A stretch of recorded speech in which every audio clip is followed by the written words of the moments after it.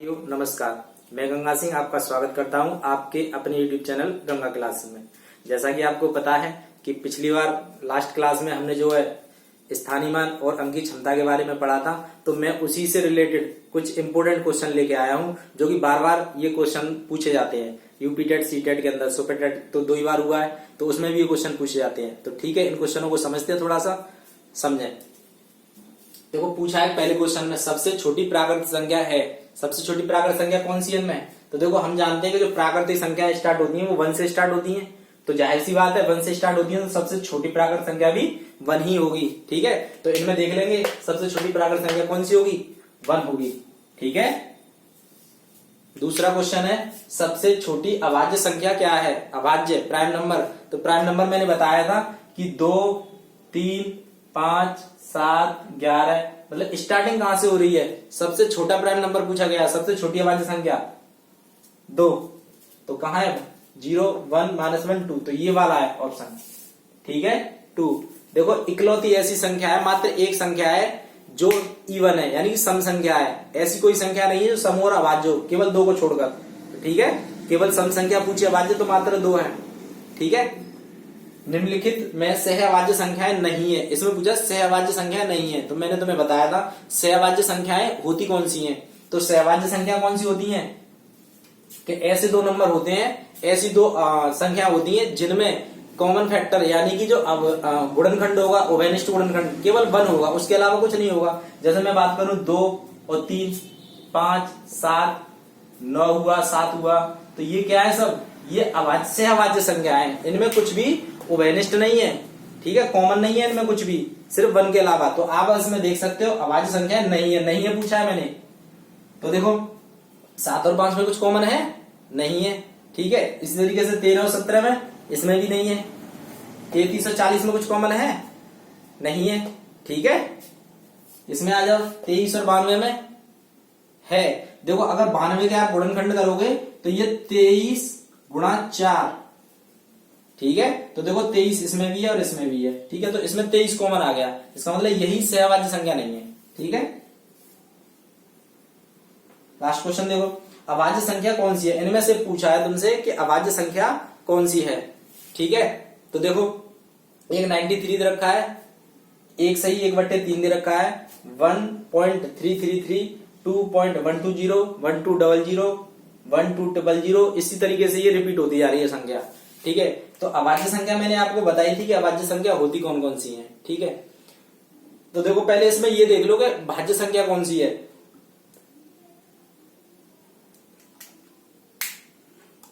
अभाज्य संख्या नहीं, सॉरी, यहाँ पे ये अभाज्य नहीं आएगा, यहाँ पे लिख लेना परमेय संख्या। परमेय संख्या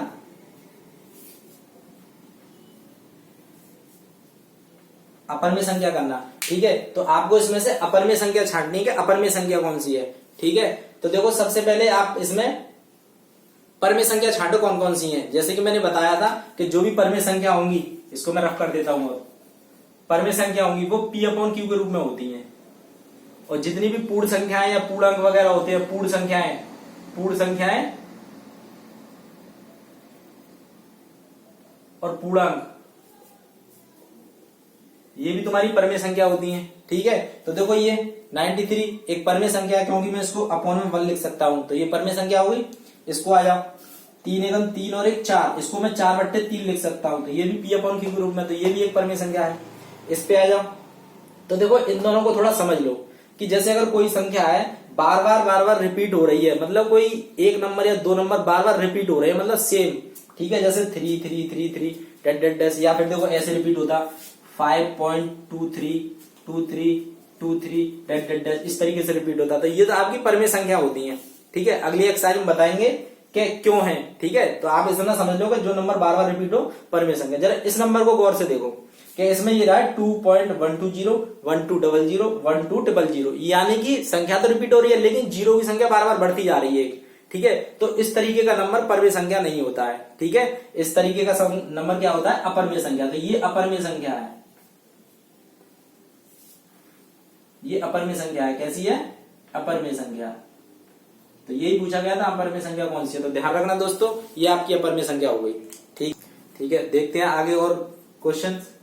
क्वेश्चन नंबर 5 है कि संख्या इतने में 1000 तक सन्निकट मान क्या होगा। तो मैंने सन्निकट मान के बारे में तुम्हें पहले पढ़ाया है। ठीक है, कहां तक पूछा गया है? 1000 तक। कहां तक पूछा गया है? 1000 तक। तो आप इसमें ये देखो कि जो इस वाली संख्या में 1000 वाला नंबर, इकाई, दहाई, सैकड़ा, हजार, ये है ना 1000। ठीक है, तो 1000 तक सन्निकट मान बताना है। तो इससे 1000 से पहले वाले नंबर को देखते हैं। 1000 से पहले वाले नंबर को कैसे देखते हैं कि अगर ये वाला नंबर 5 से छोटा है, 5 से छोटा मतलब 1 2 3 4 इतने तक है, तो यही संख्या रहनी है सन्निकट मान में। ठीक है, अगर वो संख्या, ये वाली जो संख्या है 1000 से अगला वाला इधर, कि अगर वो 5 या 5 से अधिक है, तो यहां पर 1000 वाले नंबर में 1 बढ़ा देंगे और बाकी सब शून्य में बदल देंगे। जैसे कि इसका जो 1000 का जो निकट होगा मान, तो ये होगा 5। अब देखो ये 5 से ज्यादा है ना, तो यहां पे क्या करेंगे, एक 4 कर देंगे और ये सब 0 0 लिख देंगे, तो ये होगा निकट। बात समझ में आई? फिर समझो कि 1000 तक पूछा है, तो इकाई, दहाई, सैकड़ा, हजार पे गए। 1000 से पहले वाला नंबर देखते हैं। अगर ये 5 या 5 से बड़ा होता है, तो इस नंबर में 1 बढ़ा देते हैं और बाकी सबको 0 में कन्वर्ट कर देते हैं। ठीक है, तो मैंने 3 को ये 4 कर दिया और बाकी सब ये तीनों 0 में बदल दिए और ये संख्या जैसी है वैसी रहेगी। तो ये होता है सन्निकट मान किसी भी संख्या का। ये 1000 का पूछा था मैंने, इसलिए 1000 का लिया है। ठीक है, अगर सैकड़ा के नजदीक पूछता तो इकाई, दहाई, सैकड़ा ये देखते और इससे पहले वाला नंबर देखते। 5 से बड़ा है तो फिर मैं इन दोनों को 0 बदल देता और इसी जगह पे 7 कर देता। ठीक है, अगला क्वेश्चन देखो। रोमन अंकों में ये संख्याएं दे रखी हैं। ठीक है, तो इन्हें क्या करना है, रोमन अंक इतने को आपको लिखना है, इसको आरोही क्रम में लिखवा लेते हैं। आरोही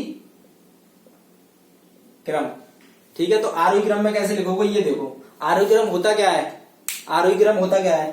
देखो ऊपर वाला क्वेश्चन मैं रफ कर देता हूं।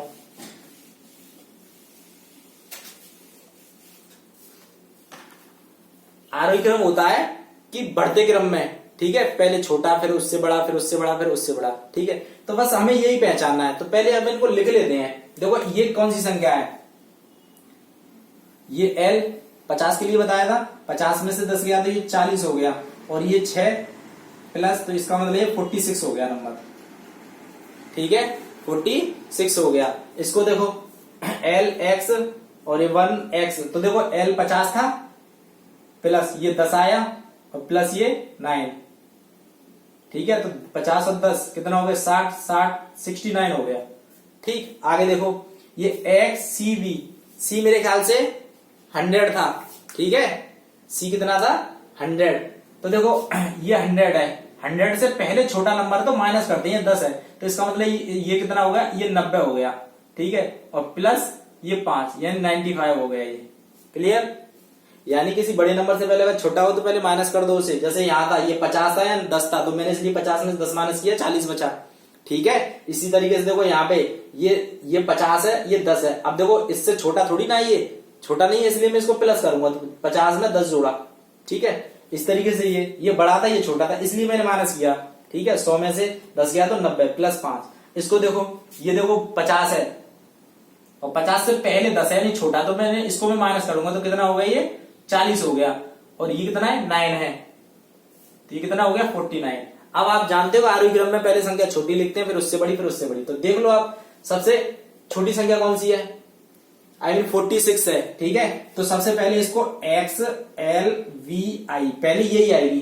फिर अब देखो इन तीनों में कौन सी छोटी संख्या है, 49, तो ये वाली आएगी। ठीक है, ये छोटी है तो मैं इसको ऐसे साइन लगा सकता हूं, X L 1X। क्लियर? फिर देखो इन दोनों में छोटी कौन सी है, 95 69 में ये वाली, तो ये आएगी L X और ये 9। ठीक है, फिर ये आएगी X C V। ठीक है, ठीक है, आरोही क्रम वो सबसे बड़ी हो गई और ये सबसे छोटी। उम्मीद है समझ में आया होगा। नेक्स्ट क्वेश्चन देखिए, संख्याएं इतने इतने को आरोही क्रम में लिखें। ठीक है, नॉर्मल सी संख्या है, इसको मैं रफ कर देता हूं।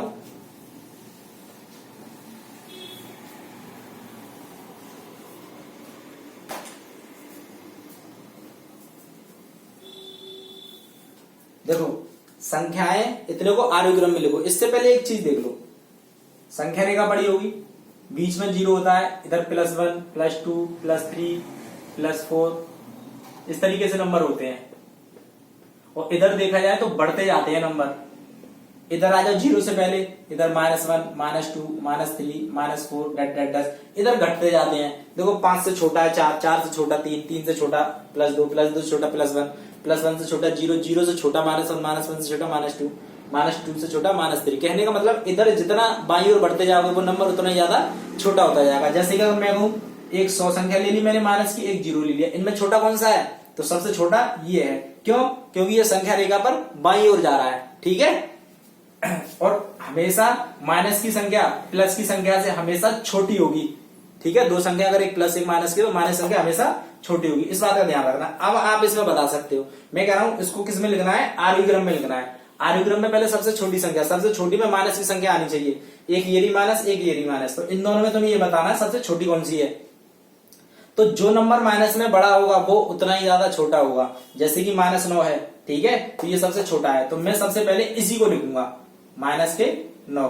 इससे बड़ा -5, इससे बड़ा 0, 0 से बड़ा 7 और 7 से बड़ा 11। ये हो गया आपका आरोही क्रम। समझ में आया होगा। ठीक है, माइनस में ऐसे देखते हैं, जो संख्या जितनी ज्यादा बड़ी होगी माइनस में वो उतनी ज्यादा छोटी होगी। ठीक है, चाहो तो संख्या रेखा समझ लो, चाहे ऐसे समझ लो। नेक्स्ट क्वेश्चन देखो,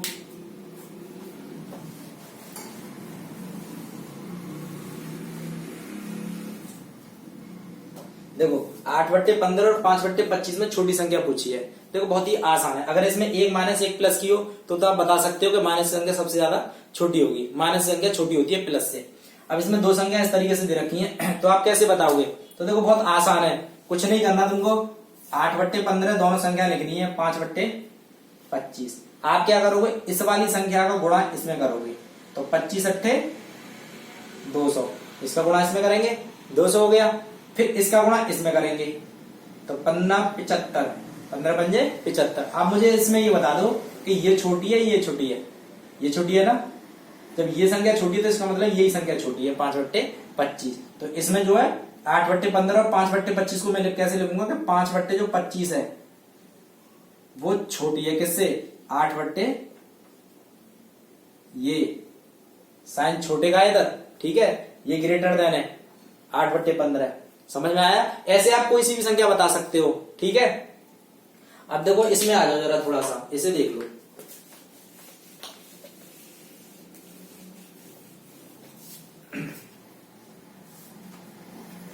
ये पूछा है इसमें कि 1 से 100 तक, 1 से 100 तक कितनी अभाज्य संख्या होती है? 1 से 100 तक कितनी अभाज्य संख्या होती है? तो थोड़ा मैं इसको बता देता हूं। ये क्वेश्चन डायरेक्ट पूछ लिया जाता है कि बताओ 1 से 50 तक कितनी अभाज्य संख्या होती है, 1 से 100 तक कितनी अभाज्य संख्या होती है, ठीक है, 1 से 1000 तक कितनी अभाज्य संख्या होती है। अब देखो 1 से 10 तक पूछे तो आप गिन के बता सकते हो, लेकिन इतनी बड़ी संख्या तक वो पूछ रहा है तो आप गिन के नहीं बता सकते इसमें। ठीक है, तो इसको आप डायरेक्ट याद कर लेना। ठीक है, तो मैं कह रहा हूं 1 से 50 तक अभाज्य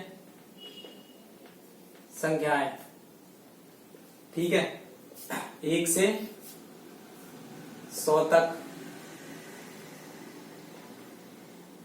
अभाज्य संख्याएं और 1 से 200 तक अभाज्य संख्याएं और 1 से 1000 तक अभाज्य संख्याएं। वो आप देखिए, ठीक है, देखिए तो ये होती है 1 से 50 तक 15 संख्याएं, ठीक है, अभाज्य संख्याएं, और 1 से 100 तक होती हैं आपकी 25 अभाज्य संख्याएं। ठीक है, 1 से 1 से लेकर 200 तक ये होती हैं आपकी 46 अभाज्य संख्याएं, और 1 से लेकर 1000 तक ये होती हैं आपकी 168 इतनी अभाज्य संख्याएं। ठीक है, तो ये आपको कुछ डायरेक्ट संख्या याद करनी है, ये कभी कभार पूछ लेते हैं। ठीक है, तो इसको आप नोट कर लेना। ठीक है, तो अब आप एक चीज और देख लो कि कैसे पता करेंगे कि कोई संख्या अभाज्य संख्या होती है या नहीं। ठीक है, इसके लिए आपको मैं थोड़ा सा बता देता हूं, आप समझो थोड़ा सा। कहने का मतलब अभाज्य संख्या की पहचान कैसे करोगे, मैं इसको रफ कर देता हूं।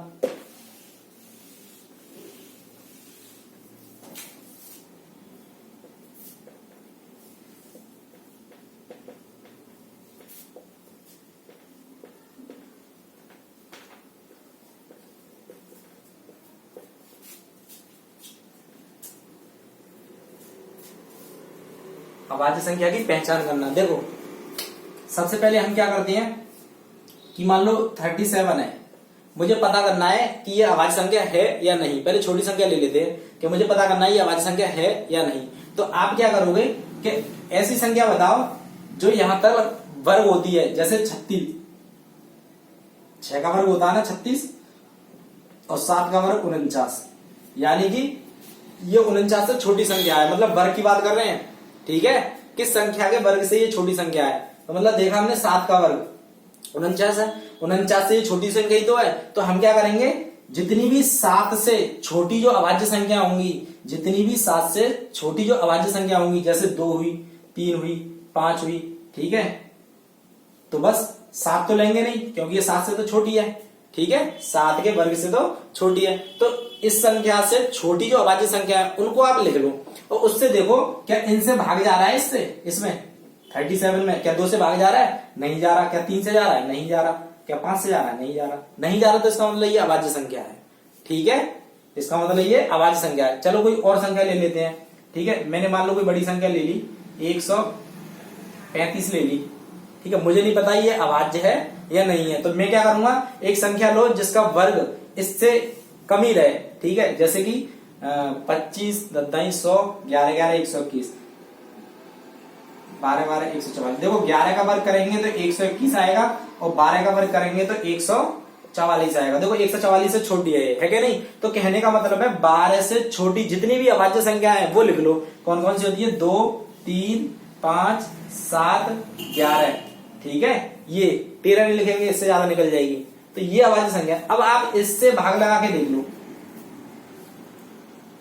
अब इससे आप भाग लगा के देख लो, ये इससे कट रही है। तो देखो 2 से कट रही है, नहीं कट रही। क्या 3 से कट रही है, 3 चौक 12, 1 बचा 3 पंजे 15, बिल्कुल कट रही है। इससे कट रही है संख्या, देखो 3 से ये कट गई, 5 और 1 6, 3 से ये भी कट गई, इसका मतलब 3 से कट रही है। देखो 5 से कट रही है, बिल्कुल कट रही है 5 से। ठीक है, लास्ट में 5 है, 7 से नहीं कट रही। बस वो किसी ना किसी संख्या से कट जाए, अगर कट रही है तो फिर वो कौन सी है, भाज्य संख्या है। ठीक है, अभाज्य नहीं है। तो कंसेप्ट पता हुआ, क्लियर। तो आप पता कर सकते हो कोई भी संख्या भाज्य है अथवा नहीं है, इसी तरीके से पता कर सकते हो। ठीक है, अगर क्लास अच्छी लगी हो तो क्लास को सब्सक्राइब करें, जो साथी नहीं है वो क्लास को सब्सक्राइब करें, और चैनल को